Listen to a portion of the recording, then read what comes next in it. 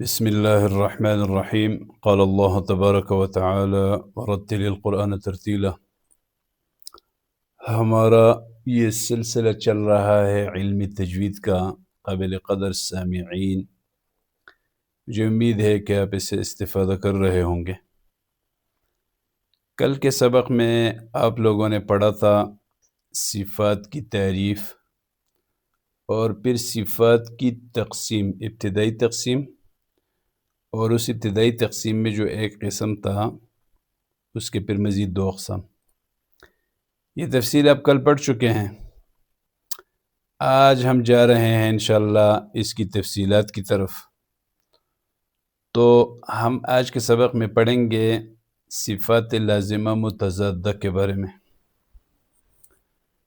میں آپ کو سری دس یہ بتا دوں کہ صفات لازمہ متضادہ 10 ہیں. یہ 5 جوڑے ہیں، ٹوٹل 10 ہیں، یعنی 5 اور اس کے مقابل 5، اس کے ضد 5. کل کے سبق میں آپ نے پڑھا تھا کہ لازمہ متضادہ وہ صفات ہیں جو حرف کے ساتھ لازم ہو، ہر حالت میں پائی جائیں، اس کے لیے کوئی سبب نہ ہو، بس حرف ہے تو وہ صفت ہے. اور متضادہ کا مطلب یہ تھا کہ اس کی کوئی ضد موجود ہوتی ہے. تو آج کے سبق میں آپ ان کی تفصیل کے بارے میں پڑھیں گے. یہ 10 صفات ہیں اور اس میں درمیان میں ایک صفت، ایک نام اور بھی آتا ہے جس کو توسط کہا جاتا ہے. اس کو ملا کے 11 بن جاتے ہیں، لیکن اس کو الگ صفت کے طور پہ اس لیے نہیں بتایا گیا کہ وہ شدت اور رخوت کی درمیانی کیفیت ہے. ان حروف میں یہ 5 حروف ہوتے ہیں، لن، عمرہ، یہ اس کا مجموعہ ہے.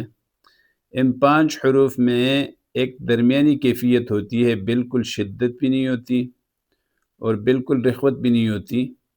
تو اس کو الگ صفت اس لیے شمار نہیں کیا گیا کیونکہ اس میں کچھ شدت ہے اور کچھ رخوت ہے، یہ درمیانی کیفیت ہے. تو مطلب یہ انہی میں سے نکلا ہوا ہے، تو اسی کا حصہ ہے، آدھا حصہ شدت کا اور آدھا رخوت کا. اب یہ آپ جان لیجئے کہ ان صفات کے جو نام ہیں، اس نام کا اس کے معنی کے ساتھ کوئی مناسبت ہونا ضروری نہیں ہے. اور میں آپ کو بتاؤں کہ یہ جو صفات لازمہ متضادہ ہے نا، اس کو آپ اپنی قرأت میں بہت کم محسوس کریں گے. یہ بہت بڑے بڑے ماہرین محسوس کر سکتے ہیں.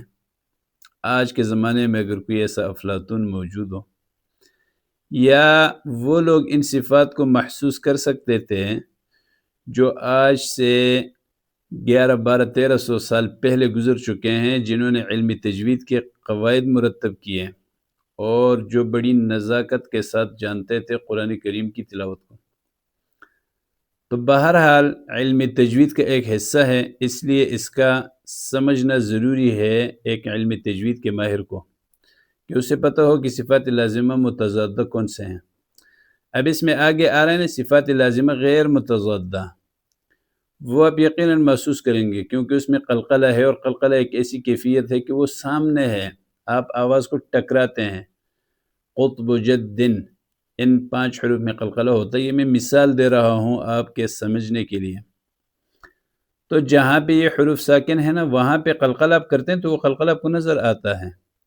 مثلا قل هو اللہ احد، احد، تو اس دال میں آپ نے آواز کو ٹکرا دیا، یہ قلقلہ نظر آتا ہے.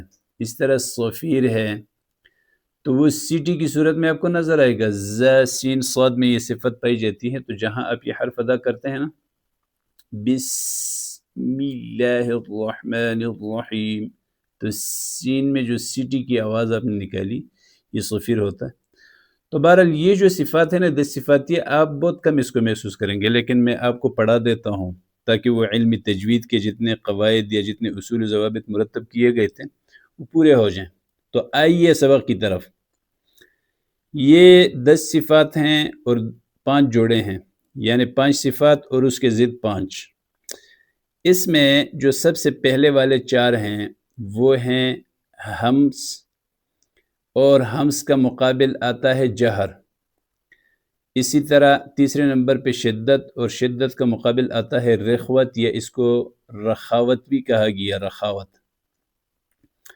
تو آپ اتنی بات یاد رکھ لیں کہ جن حروف میں دیکھیں، میں تھوڑا مختلف اینگل سے آپ کو پڑھا رہا ہوں آپ کو سمجھنے کے لیے، ورنہ تو علمی تجوید کے طریقہ کار یہ ہے کہ اس میں ایک ایک صفت پڑھائی جاتی ہے اور اس کی تعریف اور اس کا نام بتایا جاتا ہے اور اس کے حروف بتائے جاتے ہیں کہ یہ صفت ہے۔ مثال کے طور پہ ہمس ہے تو آپ کو ہمس کی تعریف بتائی جائے گی کہ ہمس کی تعریف کیا ہے، پھر یہ بتایا جائے گا کہ اس کا نام کیا ہے، اس سے جو نکلنے والے حروف، یہ صفت جن حروف میں پائی جاتی ہے وہ حروف کون سے ہیں اور ان حروف کا نام کیا ہے، یہ ساری چیزیں آپ کو الگ الگ بتائی جائیں۔ لیکن اگر اس طریقے سے میں آپ کو پڑھا دوں نا، تھوڑا سا آپ کو سمجھنے میں مشکل ہوگا، اس لیے میں تھوڑا اس کو مکس کر کے پڑھا رہا ہوں تاکہ آپ کے لیے آسانی ہو۔ تو پہلے نمبر پہ ہے جناب ہمس، اس ہمس کا مقابل آتا ہے جہر، وَلَا تَجْهَرْ بِصَلَاتِكَ، الجہر، اردو میں ہم اس کو بولتے ہیں جہر، لیکن جہر میں ہا کے زبر کے ساتھ یہ لفظ عربی کا لفظ نہیں ہے، عربی میں ہے جہرن، جہرن، الجہر۔ اور تیسرے نمبر پہ ہے شدت، اور چوتھے نمبر پہ ہے رخوت یا رخاوت۔ اب آپ مختصراً سمجھ لیجئے کہ ہمس کہتے ہیں باریک آواز کو۔ قرآن کریم کی ایک آیت ہے، یوم، بسم اللہ الرحمن الرحیم، یومئذ یتبعون الداعی لا عوج لہ وخشعت الاصوات للرحمن فلا تسمع الا ہمسا۔ قیامت کے دن کی بات ہو رہی ہے کہ یتبعون الداعی، سارے کے سارے لوگ بلانے والے کے پیچھے چلیں گے، لا عوج لہ، ایک ایسا بلانے والا جس کے بلانے میں کوئی جو ہے نا کجروی نہیں ہے، یا مفسرین نے اس کا مطلب یہ لکھا ہے کہ لوگ اس میں کجروی اختیار نہیں کر سکیں گے، وہ لوگوں کو کہے گا آؤ بھائی۔ اور تفسیروں نے لکھا ہے کہ اس سے مراد صاحب نفخہ ہے، جو کہ حضرت اسرافیل علیہ السلام ہے، وہ لوگوں کو میدان محشر کی طرف بلائیں گے تو لوگ ادھر ادھر نہیں جا سکیں گے۔ لا عوج لہ کا مطلب یہ ہے۔ اور آگے اللہ فرماتے ہیں وَخَشَعَتِ الْأَصْوَاتُ لِلرَّحْمَنِ فَلَا تَسْمَعُ إِلَّا ہمسا، کہ یہ آوازیں جو ہیں، ساری کی ساری آوازیں یہ عاجز ہو جائیں گی اللہ کے سامنے، تو فلا تسمع، آپ کو سنائی نہیں دے گا، الا ہمسا، مگر بہت کمزور سی آواز۔ یہ جو بندہ چلتا ہے نا اور اس پاؤں سے چلتے ہوئے جو ایک باریک اور کمزور سی آواز نکلتی ہے، اس کو عربی میں ہمس کہا جاتا ہے، تو یہ ہمس کا معنی ہے۔ تو بہرحال یہ ہمس کی صفت ہے، اور اس سے نکلتے ہیں فحثہ شخص سکتا، فحصد، فحثہ، فحثہ، شین خا صاد اور سین کاف تا، یہ فحثہ شخص سکتا، یہ ان حروف کا مجموعہ ہے، یہ 10 حروف ہیں ٹوٹل، فحثہ شخص سکتا۔ اور آپ کو پتہ ہے کہ ٹوٹل 29 حروف تہجی ہے، تو 10 بیچ میں سے یہ نکل گئے، تو آگے 19 جو حروف رہ گئے، ان حروف کو کہا جاتا ہے مجہورہ، ان کو کہا جاتا ہے مہموسہ، یہ نام ہے ان حروف کے۔ اور بائیو، ہمس یا جہر کی جو صفت ہے، اس کا مطلب یہ ہے کہ آواز اپنے مخرج سے ایسے کمزوری اور ضعف کے ساتھ نکل جائے کہ سانس بند نہ ہو، سانس جاری رہے، اس کو کہا جاتا ہے ہمس۔ اور یہی تعریف ہے، اگر سانس بند ہو جائے، آواز مضبوط اور قوی ہو، تو اس کو کہا جاتا ہے جہر۔ تو مجھے امید ہے آپ کو سمجھ آ گئی ہوگی ہمس اور جہر کی۔ ہمس کا مطلب ہے کمزور اور ضعیف آواز، اور میں نے آپ کو بتا دیا کہ اس کا مطلب علمی تجوید کے اصطلاح میں یہ ہے کہ آواز اپنے مخرج سے ایسے ضعف اور کمزوری کے ساتھ نکلے کہ وہ سانس بند نہ ہو، سانس جاری رہے، یہاں سانس ہے اور آگے شدت اور رخوت میں آواز ہے، اتنا فرق یاد رکھیں کہ سانس جاری رہے۔ تو یہ حروف کون سے ہیں؟ فحثہ شخص سکت، فحثہ، شین خا صاد، سین کاف تا، یہ 10 حروف ہیں، اور ان حروف کو مہموسہ کہا جاتا ہے۔ اس کے مقابلے میں آتا ہے جہ، تو جہر کا معنی ہوتا ہے ویسے عربی میں اونچی آواز، لیکن علمی تجوید کے اصطلاح میں جہر کی جو صفت ہے، اس کا مطلب یہ ہے کہ آواز اپنے مخرج سے ایسے مضبوطی اور طاقت کے ساتھ نکلے ہیں کہ سانس بند ہو جائے، جاری نہ رہ سکے۔ اور یہ جو 10 حروف ہے، ان کے علاوہ جتنے 19 حروف ہیں، ان کو حروف مجہورہ کہا جاتا ہے، اور ان میں صفت پائی جاتی ہے جہر کی۔ اس کے بعد دوسرے نمبر پہ شدت کی صفت ہے۔ شدت کا مطلب ہوتا ہے سختی، مضبوطی، اور شدت کے مقابلے میں رخاوت کی صفت یا رخوت کی صفت آتی ہے، اس کا مطلب ہے نرمی۔ تو شدت جن حروف میں پائی جاتی ہے اس کا مجموعہ ہے اجد، قطم، بکت۔ یہ مجموعہ ہے صرف، یعنی ان حروف کو مجموعہ کی شکل میں پیش کیا گیا ہے تاکہ آپ کو یاد کرنے میں آسانی ہو۔ اجد، الف جیم دال، قطم قاف طا اور اس پہ دو زیر قطم، اور آگے ہے بکت با کاف تا۔ تو یہ ٹوٹل کتنے حروف بنتے ہیں؟ اجدو 3 حروف ہو گئے، قطم 5 ہو گئے، بکت یہ 8 ہو گئے۔ 8 حروف میں پائی جاتی ہے صفت شدت کی، سختی سے ادا ہوتے ہیں، اور اس شدت کی جو صفت ہے اس کا مطلب علم تجوید کے اصطلاح میں یہ ہے کہ آواز اپنے مخرج سے ایسے سختی کے ساتھ اور طاقت کے ساتھ ادا ہو کہ آواز بند ہو جائے۔ پچھلے والی 2 صفات میں آپ سانس کی بات کر رہے تھے، یہاں آواز کی بات ہو رہی ہے، آواز بند ہو جائے۔ اور یہ 8 حروف میں یہ صفت پائی جاتی ہے، ان کو حروف مجہورہ کہا جاتا ہے، میم جیم ہا واو را ہا، مجہورہ۔ اور ان 8 حروف کے علاوہ جو 29 حروف تہجی میں 21 حروف رہ جاتے ہیں نا، ان 21 حروف کو کہا جاتا ہے رخاوہ یا رخوہ۔ صفت کا بھی یہی نام ہے اور اس صفت کے پائے جانے والے حروف کا بھی یہی نام ہے۔ تو ظاہر ہے وہ اس کا ضد ہے۔ اگر شدت کا مطلب یہ ہوا کہ آواز اپنے مخرج سے ایسی سختی کے ساتھ نکلے کہ یہ آواز بند ہو جائے، تو رخوت کا مطلب یہی ہوگا کہ آواز ایسے نرمی کے ساتھ نکلے کہ وہاں آواز بند نہ ہو، آواز جاری رہے۔ یہ 4 صفات ہو گئے میرے بھائیوں۔ میں نے آپ سے شروع میں کہا تھا کہ ان دونوں صفات کے درمیان میں ایک اور صفت پائی جاتی ہے،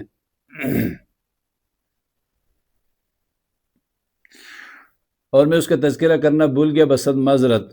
وہ توسط کی صفت ہے۔ تو توسط کے 5 حروف ہے، لن عمرہ، لام نون عین میم را، لن عمرہ۔ یہ توسط کے 5 حروف اور شدت کے 8 حروف ملا کے کتنے بن جاتے ہیں؟ 9 10 11 12 13، یہ 13 حروف بن جاتے ہیں۔ ان 13 حروف کو چھوڑ کے 29 حروف تہجی میں باقی جتنے حروف بنتے ہیں ان کو مجہورہ کہا جاتا ہے، اور اس میں جہر کی صفت پائی جاتی ہے۔ تو یہ جو توسط والے حروف ہے، لن عمرہ 5 حروف، اس میں کچھ صفت شدت کی بھی پائی جاتی ہے، کچھ رخوت کی بھی پائی جاتی ہے، بین بین کیفیت ہے۔ تو بہرحال یہ ابھی تک آپ نے 4 صفات پڑھ لی ہے۔ 5ویں نمبر پہ صفات لازمہ متضادہ میں صفت ہے استعلا، الف سین تا عین لام الف اور آگے حمزہ، استعلا۔ عربی میں استعلا کا مطلب ہوتا ہے اونچا ہونا، اوپر ہونا۔ تو یہ استعلا کی جو صفت ہے یہ پائی جاتی ہے خص، ضغط، قض، خاصاد، زاد غین طا اور قاف وا، 7 حروف میں استعلا کی صفت پائی جاتی ہے۔ ان 7 حروف کو حروف مستعلیہ کہا جاتا ہے۔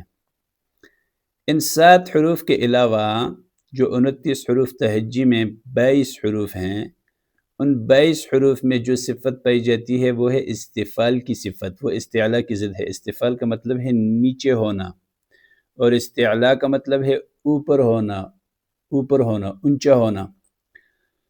تو آپ لوگوں نے جان لیا، اب آئیں اس کی تعریف کی طرف۔ علم تجوید کے اصطلاح میں ایک تو عربی لغت کا معنی میں نے آپ کو بتا دیا نا کہ اوپر ہونا، اونچا ہونا۔ علم تجوید کے اصطلاح میں استعلا کا مطلب یہ ہوتا ہے کہ یہ جو زبان کی جڑ ہے نا، یہ اوپر والے اپنے تالو کی طرف اٹھ جائے۔ اب آپ جب ادا کریں گے تو آپ کو محسوس ہوگا کہ ان حروف کے ادا کرتے وقت آپ کا جو زبان کا جو جڑ ہے نا وہ اوپر تالو کی طرف اٹھ چکا ہے، اور استفال کی صفت میں یہ زبان کی جو جڑ ہے یہ اوپر تالو کی طرف نہیں اٹھتی۔ تو یہ فرق ہے استعلا اور استفال میں۔ جن 7 حروف میں استعلا کی صفت پائی جاتی ہے انہیں کہا جاتا ہے حروف مستعلیہ۔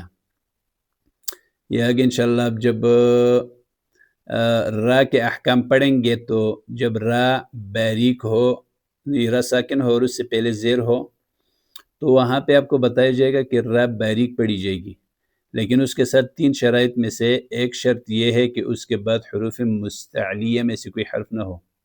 ان جہنم کانت مرصادا، مر را موٹا پڑا جاتا ہے۔ اس کے موٹے پڑے جانے کی یہی وجہ ہے کہ را تو ساکن ہے اور اس سے پہلے میم پہ زیر ہے، تو ضرورت تھی کہ را کو باریک پڑا جائے، لیکن اس کو موٹا پڑا جاتا ہے کیونکہ اس کے بعد حرف مستعلیہ آ رہا ہے۔ من کل فرقۃ منہم، تو فیر نہیں، باریک نہیں پڑھنا ہے اپنے، فرقۃ منہم، فرقۃ منہم۔ را کو پر اسی لیے پڑھا جاتا ہے، قاعدے کا تقاضا یہ ہے کہ را کو باریک پڑھ لیا جائے کیونکہ را باریک ہے، اس سے پہلے فا پہ زیر ہے، لیکن پر اس لیے پڑھا جاتا ہے کہ اس کے بعد قوف آ رہا ہے، قاف حروف مستعلیہ میں سے۔ یہ مثالیں انشاءاللہ جب مقام آئے گا تو میں آپ کی خدمت میں پیش کروں گا۔ بہرحال یہاں آپ اتنی بات سمجھ لیں کہ استعلاء کے جو حروف ہیں وہ 7 حروف ہیں، خص، ضغط، قض، ضا کے ساتھ، یہ اس کا مجموعہ ہے اور ان کو حروف مستعلیہ کہا جاتا ہے۔ ان 7 حروف کے علاوہ جو 22 حروف ہیں ان کو حروف مستفلہ کہا جاتا ہے۔ اب یہ جو باقی حروف ہیں نا، ان کے مجموعے بھی کتابوں نے لکھے ہوئے ہیں۔ شیخ ابو محمد نصر، اس کی ایک کتاب ہے نہایت المستفید کے نام سے، نہایت المستفید۔ اس کتاب میں انہوں نے یہ باقی حروف کے مجموعے بھی لکھے ہوئے ہیں، لیکن یہ تھوڑی سی جستجو ہم آپ کے لیے چھوڑ دیتے ہیں۔ اگر آپ کا شوق ہے اور آپ علم تجوید سیکھنا چاہتے ہیں تو آپ دیکھیں نا، 29 حروف تہجی سارے آپ کو پتہ ہیں، الف با تا ثا جیم ح خ وغیرہ وغیرہ، اور اس میں سے آپ نے خص، ضغط، قض یہ 7 حروف نکال دیے، تو اب آپ ایک کاپی اور پین لے کے بیٹھ جائیں اور لکھ لیں کہ یہ 7 حروف نکل گئے تو باقی کون سے حروف رہ جاتے ہیں، وہ باقی حروف آپ خود لکھ لیں۔ اسی طرح شدت، رخوت، توسط میں بھی، اور اسی طرح جو ہے نا جہر اور ہمس میں بھی۔ تو بہرحال یہ چیز صفات لازمہ متضادہ آپ نے آج کے سبق میں ابھی تک پڑھ لی ہیں۔ 7ویں نمبر پہ صفت ہے، اس کا نام ہے اطباق، الف طا با الف قاف، اطباق۔ اطباق کا عربی میں معنی ہے لپٹنا، چمٹ جانا، اور علم تجوید کے اصطلاح میں اس صفت کا مطلب یہ ہوتا ہے کہ آپ کے زبان کا جو درمیانی حصہ ہے نا وہ اوپر تالو کے ساتھ لگ جاتا ہے ایسے، اس کو کہا جاتا ہے اطباق۔ اطباق کے 4 حروف ہیں، صاد، ضاد، طا، ظا، یہ 4 حروف ہیں اطباق کے، اور ان حروف کو 4 حروف کو کہا جاتا ہے حروف مطبقہ۔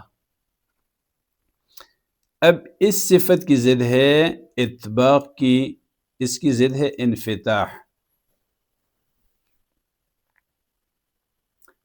انفتاح کا مطلب ہے کل جانا، تو انفتاح کی صفت اگر اطباق کی ضد ہے تو وہاں آپ نے پڑھا کہ زبان کا درمیانی حصہ اوپر کے تالو سے لگ جاتا ہے، چمٹ جاتا ہے، لپٹ جاتا ہے۔ تو اس کی تعریف میں اب یہی پڑھیں گے کہ زبان کا درمیانی حصہ اوپر کے تالو سے نہیں لپٹتا، یہ اس سے الگ رہتا ہے، یعنی کھلا رہتا ہے، منہ کا درمیانی حصہ یہ کھلا رہتا ہے، اسی لیے اس کو انفتاح کہا گیا۔ تو صاد، ضاد، طا، ظا، ان 4 حروف کو چھوڑ کے جو باقی 25 حروف تہجی ہیں 29 میں سے، ان کے اندر صفت پائی جاتی ہے انفتاح کی، اور جن 4 حروف میں اطباق کی صفت پائی جاتی ہے ان کو کہا جاتا ہے مطبقہ، حروف مطبقہ، حروف منفتحہ، جن میں انفتاح کی صفت پائی جاتی ہے منفتحہ، حروف منفتحہ، حروف مجہورہ، حروف مہموسہ وغیرہ وغیرہ، حروف مستعلیہ، حروف مستفلہ، حروف مطبقہ، حروف منفتحہ، یہ سارے ان حروف کے نام ہیں۔ 8ویں نمبر پہ میرے بھائیوں صفت ہے اذلاق، الف ذال لام الف آگے قوف، اذلاق۔ اذلاق کا مطلب ہے عربی زبان میں پسل جانا، ذلق پسلنے کو کہتے ہیں، اذلاق بھی پسلنے کو کہا جاتا ہے۔ تو یہ 9ویں نمبر کی صفت ہے، 8 آپ نے پہلے پڑھ لی، 9ویں نمبر پہ یہ ہے اذلاق۔ اذلاق کا مطلب یہ ہوتا ہے کہ آپ کے ہونٹ اور آپ کے زبان اور ہونٹ کے کناروں سے یہ حروف پسل جائیں، اذلاق کا مطلب یہ ہوتا ہے۔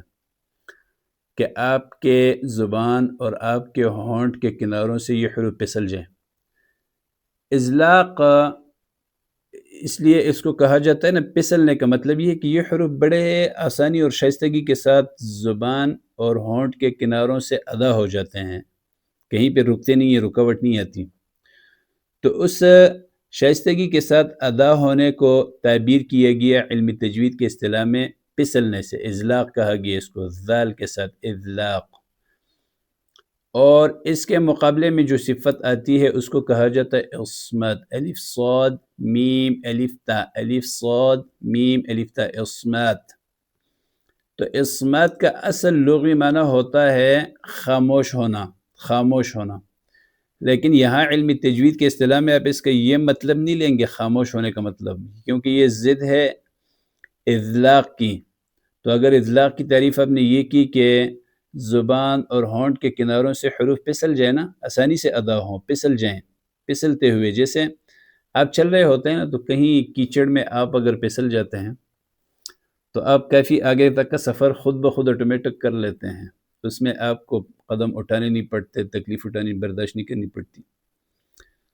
تو اسی طرح سے اذلاق کا جو ہے تعبیر کیا گیا کہ گویا کہ اس میں بھی حروف آسانی سے ادا ہو جاتے ہیں جیسے انسان پھسلتا ہے۔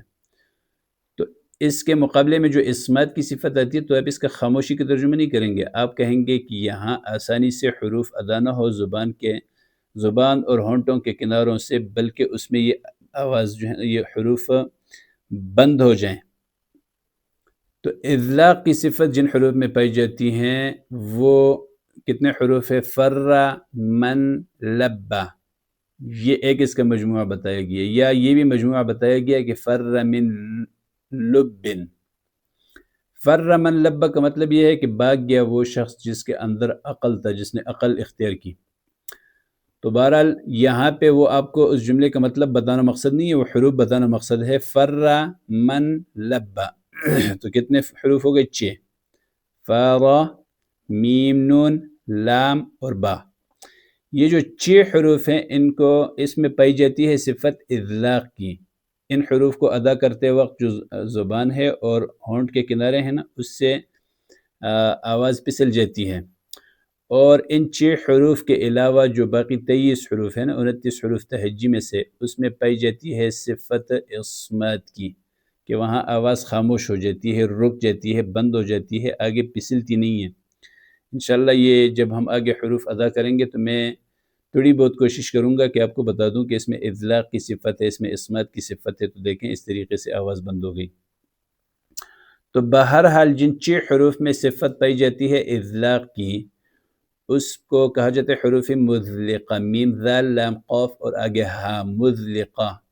اور جن باقی 23 حروف میں صفت پائی جاتی ہے عصمت کی انہیں کہا جاتا ہے حروف مصمتہ، میم صاد میم تا اور آگے ہا، مصمتہ، یہ ان کے نام ہے۔ تو آج کے سبق میں آپ نے کیا پڑھا میرے بھائیوں؟ یہ کہ صفات لازمہ متضادہ 10 ہیں، اور ان صفات لازمہ متضادہ کے نام 10 کے 10، اور شدت و رخوت کے درمیان میں جو درمیانی کیفیت توسط اس کے بارے میں بھی پڑھ لیا۔ پھر ان سے ادا ہونے والے حروف کون سے؟ ہر صفت، چاہے وہ ہمس ہے، جہر ہے، شدت ہے، رخوت ہے، استعلاء ہے، استفال ہے، اذلاق ہے، اسمات ہے، اطباق ہے، انفتاح ہے، ان تمام صفات سے نکلنے، یہ تمام صفات جن حروف میں پائی جاتے ہیں ان حروف کا تعین کہ یہ حروف ہیں، ان میں اذلاق ہے اور ان میں اسمات ہے مثال کے طور پہ۔ اور پھر آپ نے یہ بھی سیکھ لیا کہ جن حروف میں اذلاق کی صفت پائی جاتی ہے انہیں کیا کہتے ہیں، جس میں اسمات کی صفت پائی جاتی ہے انہیں کیا کہتے ہیں۔ تو مجھے امید ہے کہ یقیناً آج کا سبق آپ کو دلچسپ لگا ہوگا۔ اللہ ہم سب کا حامی و ناصر ہو۔ اگر آپ کو نا یہ سبق سمجھ آ رہا ہے اور آپ کو لگتا ہے کہ اس سے آپ علمی تجوید سیکھ رہے ہیں، یاد رکھیں میرے بھائیو، ہمارا یہ جو چینل ہے نا یہ ایک اجزانہ سی کاوش ہے، لیکن یہ پڑھے لکھے اور سنجیدہ لوگوں کا پلیٹ فارم ہے، یہ ٹائم پاس لوگوں کا نہیں ہے۔